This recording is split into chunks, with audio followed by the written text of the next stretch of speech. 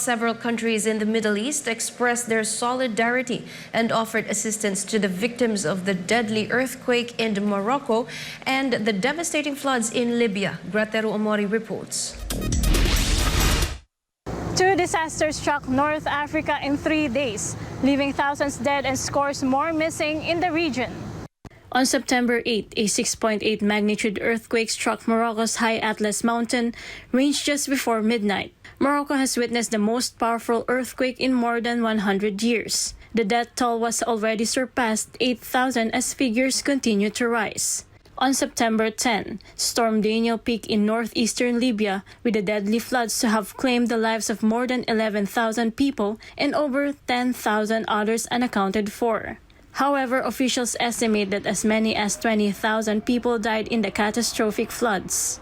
Amid the devastating tragedy, assistance and solidarity poured from Saudi Arabia, the UAE, Egypt, Algeria, Jordan, Iraq, Kuwait, Tunisia, and Turkey for the affected families and victims in Morocco and Libya. Aid from regional states has started arriving in both countries, including China, the United States, and Europe.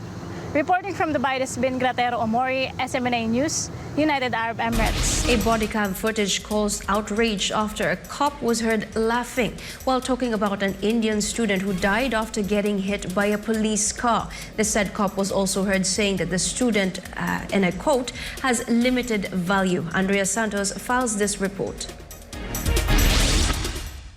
I think she went up on the hood, hit the windshield, then when he hit the brakes, flew off the car. But she is dead.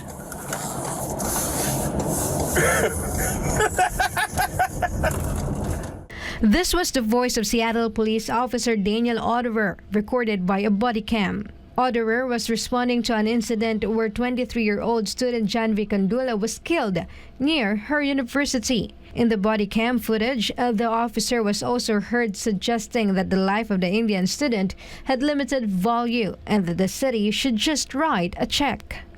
No, it's a regular person. Yeah.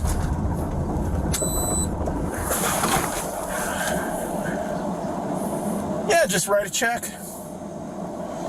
Just,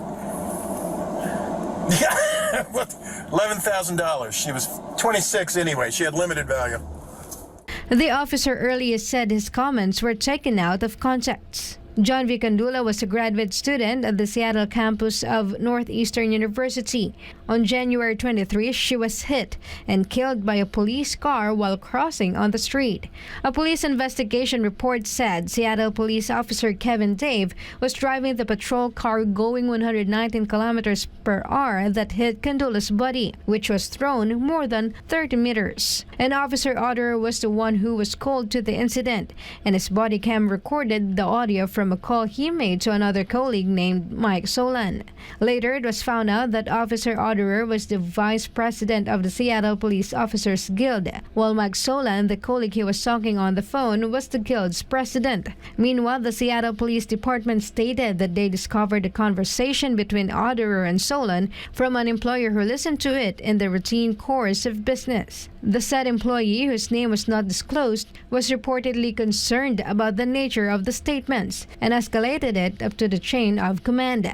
The issue was handed over the Office of Police Accountability to investigate police misconduct. The video earned massive outrage. Meanwhile, Janvi Kandula's family stated that they are saddened to hear insensible comments from the officer on the body cam footage. The Indian consulate in San Francisco also demanded an investigation. Janvi Kandula arrived in Seattle from Bengaluru, India in 2021 to receive a master's degree for Science and Information Systems at the College of Engineering. She was supposed to graduate in December of this year. But she is dead.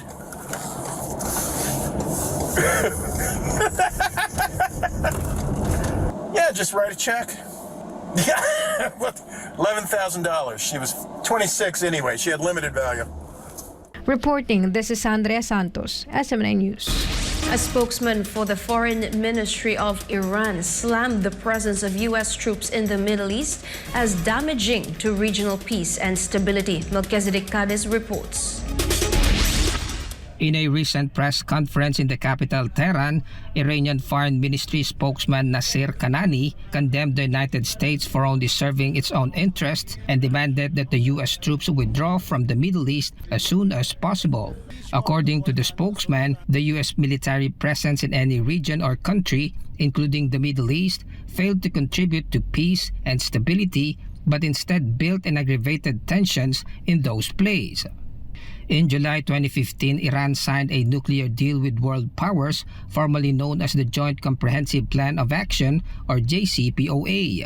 Under the deal, Iran has agreed to impose measures limiting its stockpile of uranium, critical for the creation of nuclear weapons, and reduce the number of its gas centrifuges for 13 years in exchange for the removal of U.S. sanctions in the country.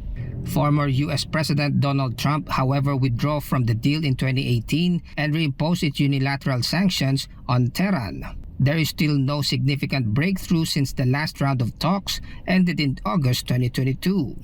Negotiations are also underway for a prisoner swap deal wherein 5 American prisoners will be set free in exchange for 5 detained Iranian citizens and the release of $6 billion worth of frozen funds. Reporting this has been Melchizedek Cadiz, SMNI News, Kuwait. The Russian Foreign Ministry summoned U.S. envoy Lynn Tracy, setting the stage for the expulsion of 2 American diplomats, while Washington vowed to respond with retaliation. Jane Cognita reports.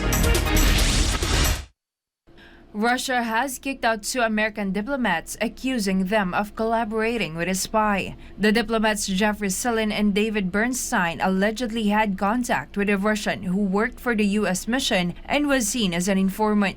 Russia gave the U.S. 7 days to send them home. The Russian citizen Robert Shonov worked for the U.S. Consulate General in Vladivostok for more than 25 years until 2021, when Moscow ordered the consulate staff's dismissal. In a video confession, Shonov admitted that Celine and Bernstein asked him to gather information about Russia's actions in Ukraine, the annexation of new areas, military preparations, and the 2024 presidential election. U.S. State Department spokesman Matthew Miller claimed that Russia's action was wholly without merit and that Washington will respond accordingly. He also mentioned Russia's ongoing harassment of embassy staff and its own citizens. Meanwhile, the Foreign Ministry of Russia stated that, quote, unlawful activity by the U.S. diplomatic mission, including interference in the domestic affairs of the host state, is unacceptable and will be stopped with determination. Both countries have been doing this to their diplomatic representatives for years. It began when former U.S. President Barack Obama started shutting down consulates after accusing Russia of interfering in the 2016 presidential elections. Russia then retaliated in July 2017. Reporting, this has been Jane Cognita, SMNI News.